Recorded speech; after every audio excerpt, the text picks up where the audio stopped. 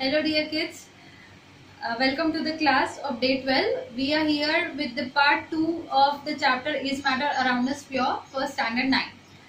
So in today's class we'll be learning with the classification of matter into the different types of substances. In our previous class we had discussed about the physical and chemical changes, and I had asked you to mention in the comment whether the growing of tree is a physical change or a chemical change, and more than my expectation, students have answered it very correctly. It is combination of both physical and chemical change, as only the height of the tree is growing but the tree remains the same, its position remains the same. This is a physical change, the growth in its height. But this height is triggered with the help of chemical changes occurring in its body, like photosynthesis, digestion of the food, consumption of the food, everything.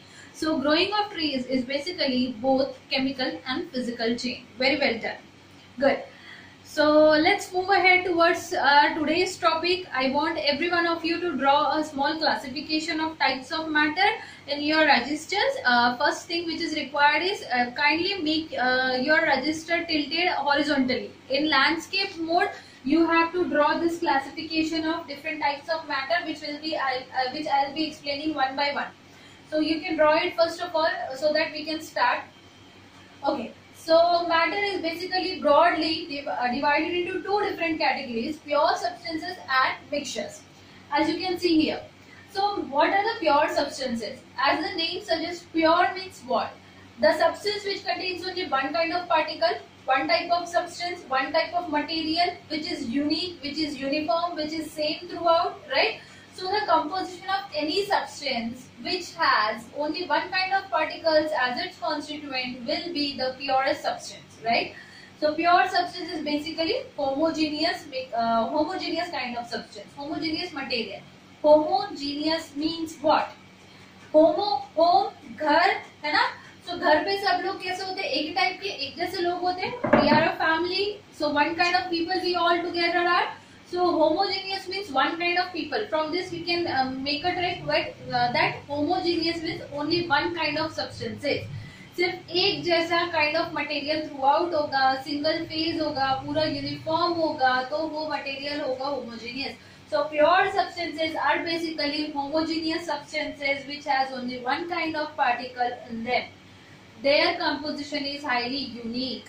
Their physical or chemical properties cannot be altered because no impurity is present, right? Only that particular material is present which makes that substance homogeneous. So its property will not be ever altered. Okay. Next we have mixtures. Now what are mixtures? Mixtures are the combinations of two or more different types of substances, different types of material. If we talk about any kind of mixture like sand and salt, so sand and salt is a mixture containing sand which has totally different set of properties, whereas salt which has totally different set of properties. So these two substances are mixed. Now the complete final product is highly impure because it is not containing single kind of properties, but it contains two kinds of properties. One is of sand and other is of salt, correct? So mixtures are impure substances. Now mixtures are classified into homogeneous mixtures and heterogeneous mixtures. As I had already told you, homogeneous mixture means the mixture which contains only one kind of particle. Not one kind of particle, we can say, as it is mixture, it is a mixture which contains only one phase, single phase. If I say salt solution is a pure substance, a mixture. Think over it. Yeah. So salt solution is actually a mixture. Okay. Why? Because salt solution has properties of salt as well as water. It is not only a single substance. If I talk about only salt, it will be a pure substance. If I will talk about only water, it will be a pure substance. If I will talk about iron, it will be a pure substance. Zinc, silver, gold, all these substances are individually pure substances. But when I mix any of these substances, the final product will be a mixture. So if I talk about salt solution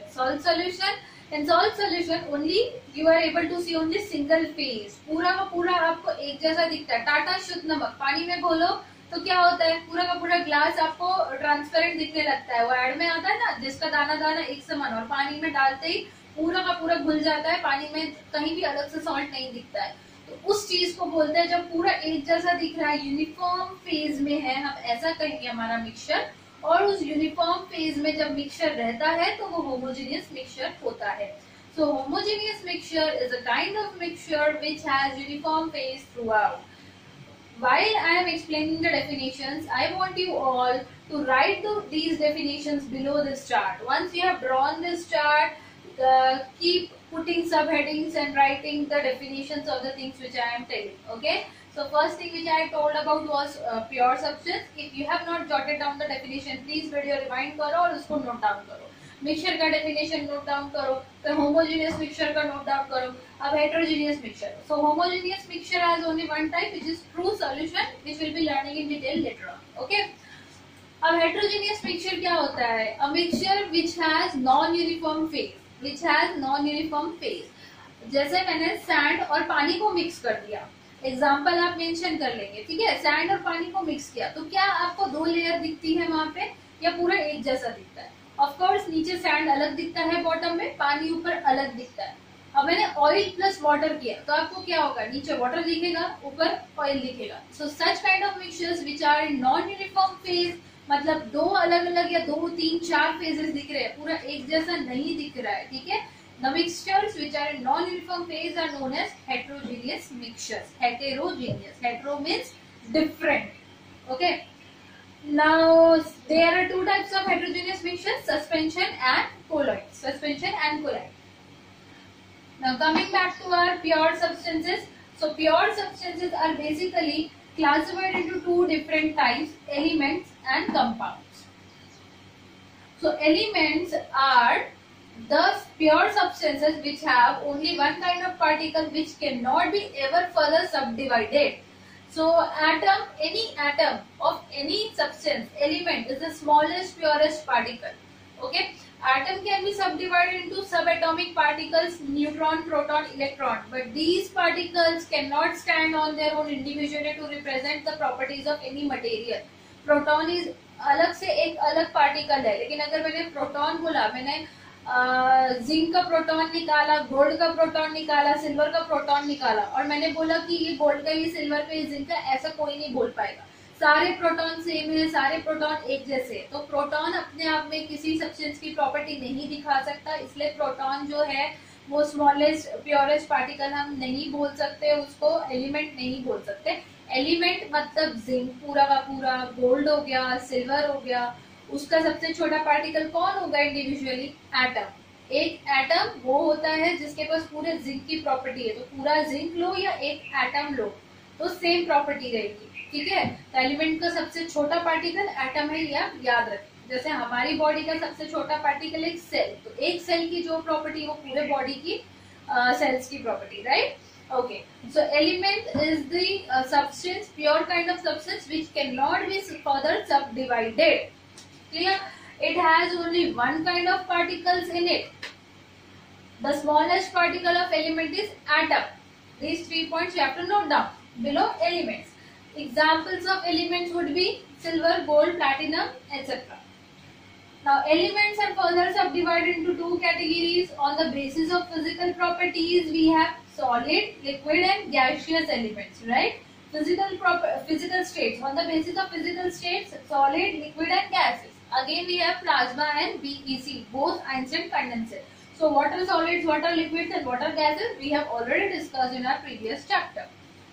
Next, on the basis of difference in physical or chemical properties. On the basis of difference in physical or chemical properties, we are having metals and non-metals. So what are metals, what are non-metals, what are the differences in their properties, we'll be discussing soon. So just note down this thing, and let's come to our next point. Later on we'll be discussing in detail. Now next is second pure kind of substance is compound. Compound. So what is compound? Compound is basically the substance where two or more elements, okay, two or more elements or particles of elements, individual element combine in some fixed ratio, and they combine chemically to produce something new. Now let me explain this. Everyone is clear with the chemical change, I hope, right? So chemical change में क्या होता था? कोई भी पुरानी एक चीज कुछ चेंजेस अंडरगो करती थी और कुछ नया प्रोडक्ट बनाती थी। जैसे कि हमने देखा था कि कैंडल वैक्स के वेपर्स जो बर्न हो रहे हैं उनका कंबशन जब हो रहा है तो आपको क्या मिल रहा है बाद में, कंबशन होने के बाद CO2 और H2O। तो इनिशियली क्या था, कार्बन का कुछ कंपाउंड था जो जलने के बाद CO2 H2O बनाया। ये कंबशन की एक प्रोसेस है जो एक केमिकल रिएक्शन की है एक्चुअली, राइट। तो इनिशियली ऑक्सीजन से कुछ कार्बन कंपाउंड कंबाइन हुआ और CO2 और वाटर बनाया। सेम चीज कंपाउंड होती है, ठीक है। तो यहाँ पे CO2 क्या है, एक कंपाउंड है जो combination of carbon and oxygen in fixed ratio है। और ये ऐसा थोड़ी ना मैंने हवा से कार्बन पकड़ा, मैंने ऑक्सीजन पकड़ा, जोड़ दिया, बूम, CO2 प्रोड्यूस, राइट। ऐसा हुआ क्या, नहीं हुआ। तो कुछ तो वहां भी केमिकल प्रोसेसेस हुई है, कुछ तो वहां रिएक्शन हुआ है, कुछ तो कॉम्बिनेशन हुआ है, तब जाके CO2 बना है ना। वैसे ही अगर वाटर की बात करो, H2O, हाइड्रोजन, चलो कहाँ है हाइड्रोजन, ढूंढो, पकड़ो, ऑक्सीजन कहाँ है, पकड़ो, मिक्स कर दो, अरे मुझे पानी मिल गया, पी लो।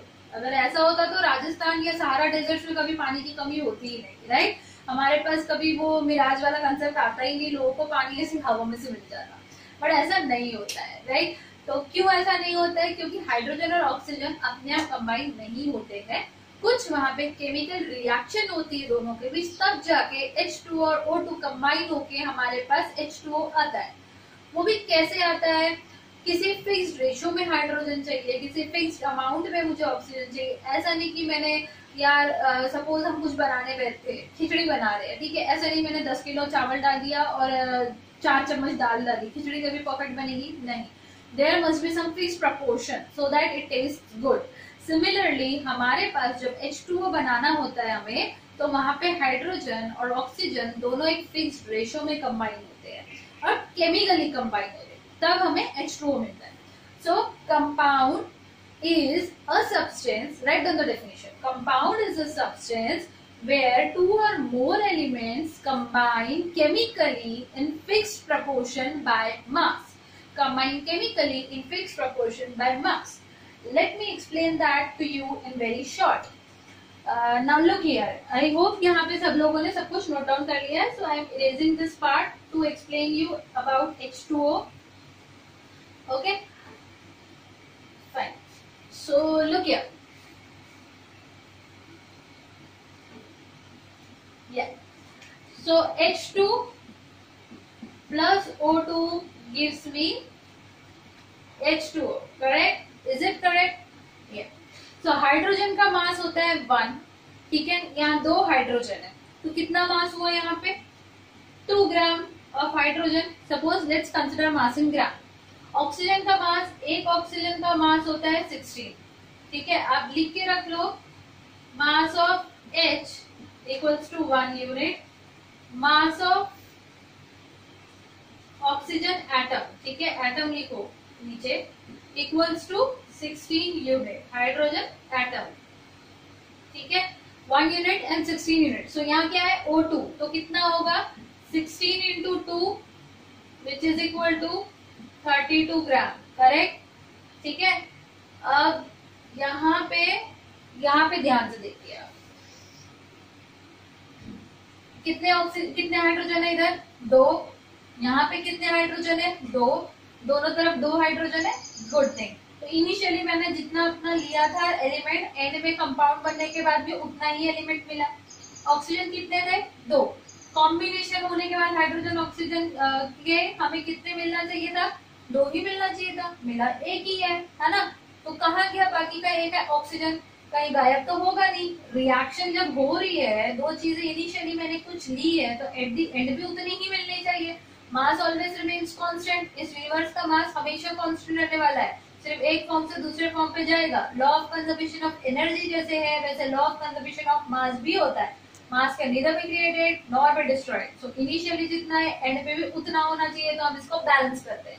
2 ऑक्सीजन है, I am writing 2 over here, ठीक है। तो ऑक्सीजन अब मेरे पास 2 हो गए, लेकिन हाइड्रोजन कितना हो गया, 2 इंटू 2 4। सो इसको बैलेंस करने के लिए मैंने यहाँ पे 2 लिख लिया, गुड, ओके, समझा। अब रिएक्शन, मेरा सही रिएक्शन क्या है, 2H2 plus O2 gives 2H2O। जिसको समझा वेरी गुड, जिसको नहीं समझा सिर्फ इतना याद रखो कि ये रिएक्शन होता है पानी जब बनता है तब, ठीक है। अब ये रिएक्शन हो गया 2H2 plus O2 gives 2H2O. So what will be the mass of hydrogen? Total mass, एक हाइड्रोजन का 1 and we are having 2 into 2 4 hydrogens, right? So it will be 4 into 1 which is equal to 4 gram. So यहाँ पे left hand side पे जो चीजें होती है reaction में उनको बोलते हैं रिएक्टेंट, और जो लास्ट में इधर होती है उसको बोलते हैं रिजल्ट को प्रोडक्ट। सो रिएक्टेंट का मास कभी भी प्रोडक्ट के मास से 100% इक्वल होना चाहिए, तभी रिएक्शन बैलेंस होता है, तभी law of conservation of mass satisfy होता है। अब टोटल मास हमारा कितना आया है यहाँ पे 32 plus 4 will be equal to 36 gram, right? मेरा मैथ्स अगर खराब है तो प्लीज सुधार दो। 36 होता है कि नहीं? होता है, ठीक है। 32 plus 4 तभी खराब नहीं है, मैं मजाक किया था, ठीक है। इधर आते हैं, प्रोडक्ट साइड पे क्या है 2 into 4, चलो बारी बारी निकालते हैं। ये बाहर 2 है इंटू ब्रैकेट में हाइड्रोजन का मास 1 into 2 2 प्लस ऑक्सीजन का मास 16, so 16 plus 2 is 18 into 2 will be 36 gram, right? तो आपको क्या मिला, इधर भी 36 ग्राम है, इधर भी 36 ग्राम है, मतलब इक्वेशन 100% सही है। ओके, अब हम चेक करते हैं कि हमारा हाइड्रोजन और ऑक्सीजन किस रेशो में कंबाइन हुआ है टू फॉर्म दिस H2O। आप यहाँ पे देख सकते हो हाइड्रोजन का मास टोटल 4 ग्राम अगर यूज किया मैंने, तो ऑक्सीजन 32 ग्राम एब्जॉर्ब हुआ है एटमॉस्फेयर से, या जैसे भी हुआ है हमने एक्स्ट्रा न्यूज को दिया है, तो 4 gram of hydrogen is to oxygen का मास अगर मैं चेक करूं तो 4 gram of hydrogen consume 32 gram of oxygen, ठीक है, 32 ग्राम। तो टोटल कितना हो गया 1/8 आया रेशो 1/8। सो हाइड्रोजन अगर 1 टाइम्स है, if I am considering 1 part of hydrogen then 8 parts of oxygen is required. Suppose मैंने 10 ग्राम हाइड्रोजन लिया तो उसका 8 टाइम्स ऑक्सीजन मतलब 80 gram of oxygen will be required. If I am considering 20 gram of hydrogen then उसका 8 times मतलब 160 gram of oxygen will be required. Clear? आपको समझा? अभी एक फिक्स रेशियो में, एक फिक्स प्रपोर्शन में दो एलिमेंट्स की कॉम्बिनेशन का मतलब क्या होता है। हमेशा ये जो law of conservation of mass है इसको सेटिस्फाई करने के लिए इक्वेशन बैलेंस होना जरूरी है। इक्वेशन बैलेंस होने के लिए यहाँ पे जितने नंबर ऑफ एटम्स के जो टोटल नंबर है वही यहाँ पे भी होने चाहिए, तभी ये मास तो अपने आप इक्वल हो जाएगा। तो नंबर ऑफ एटम अगर कांस्टेंट रहने वाला है तो ये दोनों चीजें जो कंबाइन हो रही है यहाँ पे कोई एक कंपाउंड बनाने के लिए वो एक फिक्स प्रपोर्शन में होगी मास के, ठीक है, फिक्स रेशो में होगी। तो इसी प्रकार से वाटर में हाइड्रोजन और ऑक्सीजन कंबाइन होते हैं 1:8 रेशो में टू फॉर्म वाटर। वैसे ही अब मुझे आपको एक क्वेश्चन पूछना था कि SO2 सल्फर डाइऑक्साइड, ठीक है, सल्फर डाइऑक्साइड अगर बनता है, सल्फर डाइऑक्साइड की रिएक्शन क्या है S plus O2 gives me SO2। So comment in the comment box कि सल्फर और ऑक्सीजन कितने रेशियो में एक दूसरे से कंबाइन हो रहे हैं टू फॉर्म SO2 नाम का कंपाउंड, ठीक है। वैसे ही CO2 जब बनने वाला है, CO2 बनने के लिए कार्बन और ऑक्सीजन कितने रेशियो में कंबाइन होते हैं, ठीक है, सिंपल है, C plus O2 will give me CO2 balance equation है। अब कार्बन और ऑक्सीजन का मास आपको पता होना चाहिए, थोड़ा सा आपको नहीं पता है तो आप थोड़ा सा उस पर सोचो, ढूंढो। Let me see how many of you are able to answer my question, ठीक है। SO2 और CO2 का आप बताओगे मुझे ratio of combination of their elements. Clear? आप कोई डाउट्स है तो आप प्लीज मेंशन करो नीचे कमेंट्स में, नहीं है तो हम लोग बाकी जो भी है जूम सेशन पे क्लैरिफाई कर लेंगे। आगे बढ़ते हैं हमारे नेक्स्ट क्लासिफिकेशन की तरफ। So compounds are further classified into 2 sub categories. First is on the basis of constituents और ओरिजिन या फिर रिसोर्स ऑफ अवेलेबिलिटी, ठीक है।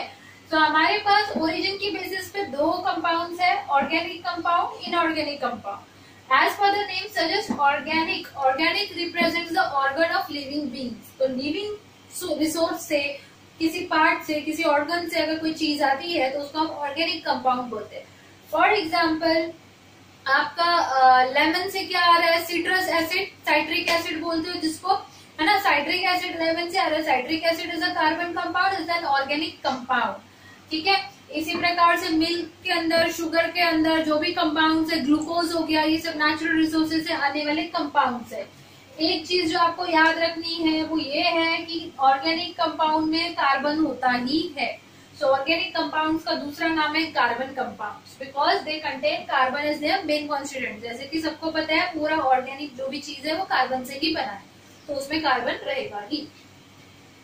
Next is inorganic compound. Inorganic compound क्या होते हैं? जो हमें इनऑर्गेनिक रिसोर्सेज से, मतलब कि the compounds which are obtained from rocks और मिनरल्स और some other inorganic resources are known as inorganic compounds. For example we have calcium carbonate, limestone जो आ गया, ठीक है, एक्सेप्शन है उसमें कार्बन है बट वो पत्थर से आ रहा है. Next we have HCl, sulphuric acid हो गया, नाइट्रिक एसिड हो गया, और एक एक्सेप्शन है कार्बोनिक एसिड H2CO3. ये मिनरल एसिड है, मिनरल से आ रहा है but there is carbon in it. Fine, ठीक है. ये CO2 को पानी में मिलाने के बाद बनता है, तो इट इज कार्बोनिक एसिड. लेकिन ये एक्सेप्शन है, इसमें कार्बन जो है वो ऑर्गेनिक सोर्स से नहीं आ रहा है, इनऑर्गेनिक वे से ही आ रहा है. Okay, done.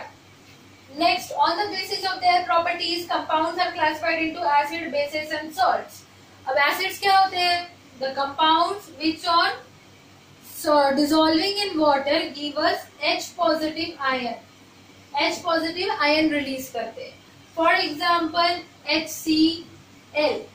अगर आप इसको पानी में डालते हो तो ये ऐसे ब्रेक होगा, H positive plus Cl negative. ठीक है, तो यहाँ से हमको H positive मिल गया. अब एसिड में H पॉजिटिव चाहिए, मतलब हमेशा एसिड के फॉर्मूले में H रहेगा. एसिड का जनरल रिप्रेजेंटेशन क्या है? H and X. X stands for any non metallic part, ठीक है, और आगे होता है हाइड्रोजन. लिख लो इसको. Acid is the substance which releases H positive ion when ionizes in water, या फिर which ionizes to give H positive ion when dissolved in water. General representation of acid is HX. X stands for non-metallic part. And write this example. Next example is H2SO4, which will break to give 2H positive plus SO4 2 negative. ठीक है. अब ये charge 2 negative 1 minus कैसे आया, ये आप अभी ना पूछे, ये आगे इन डिटेल में हम जब 3rd 4th चैप्टर्स पढ़ेंगे उसमें करेंगे. अभी आप इतना याद रखें कि कुछ इस तरीके से आयोनाइजेशन होते हैं. ठीक है, तो ये हाइड्रोक्लोरिक एसिड है, ये सल्फ्यूरिक एसिड है, this is nitric acid, this is carbonic acid, this is phosphoric acid. अभी के लिए आप नाम लिख के रख लो और एसिड के फॉर्मूले लिखो. Let's move ahead. Base. Base क्या होता है? A substance which on dissolving in water releases OH negative ions. ठीक है, hydroxyl ion, hydroxide ion. This is H positive ion. और हाइड्रोनियम आयन क्या होता है? H3O positive. पानी के साथ H2O के साथ मिलके H3O पॉजिटिव बना लेगा H positive. Hydronium ion, hydrogen ion या प्रोटॉन, पॉजिटिव चार्ज है. हाइड्रोक्साइड आयन या हाइड्रोक्सिल आयन. ठीक है, so base releases OH negative ion on dissolving in water. Let's see the example how it releases OH negative ion. So for example the most commonly used base is NaOH, जो हमारे soap में होता है. So NaOH will break down like this. So Na positive plus OH negative. Clear?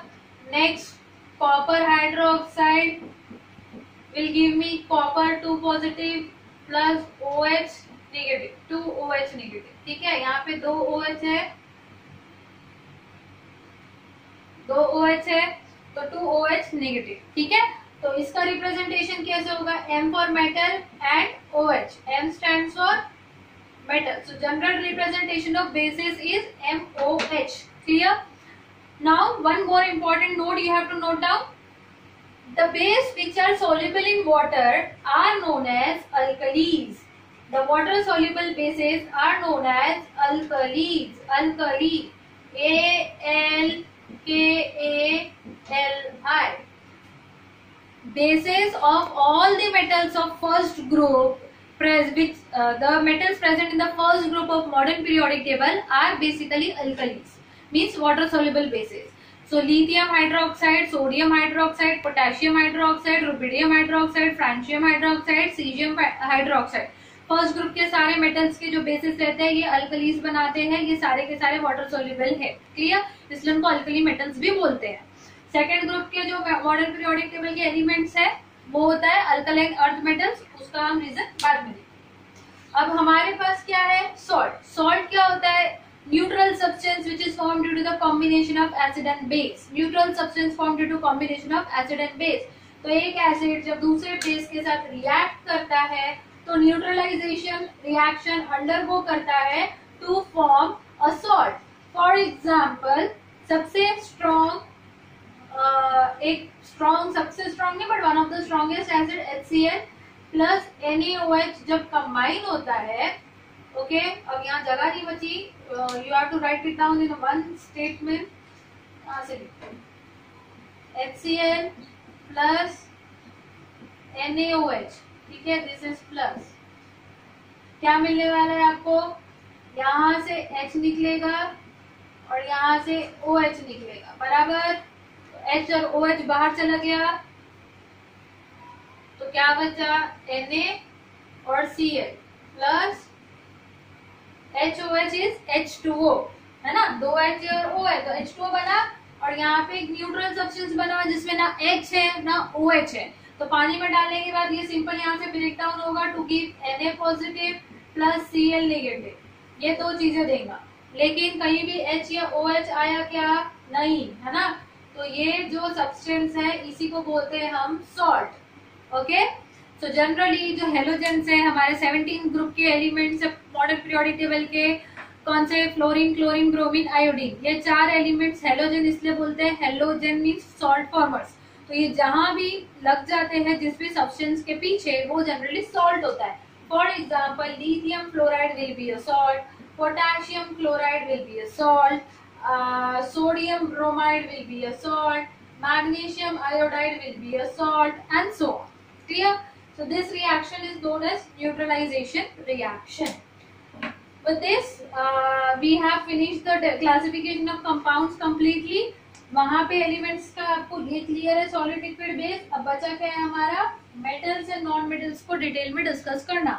Metals and non metals आप actually 8-7 में already in detail पढ़ चुके हो, तो हम इसको थोड़ा सा क्विकली रिवाइज कर लेंगे in our next video. So till then make your notes well synchronised properly and take care. Fine, thank you, have a good day.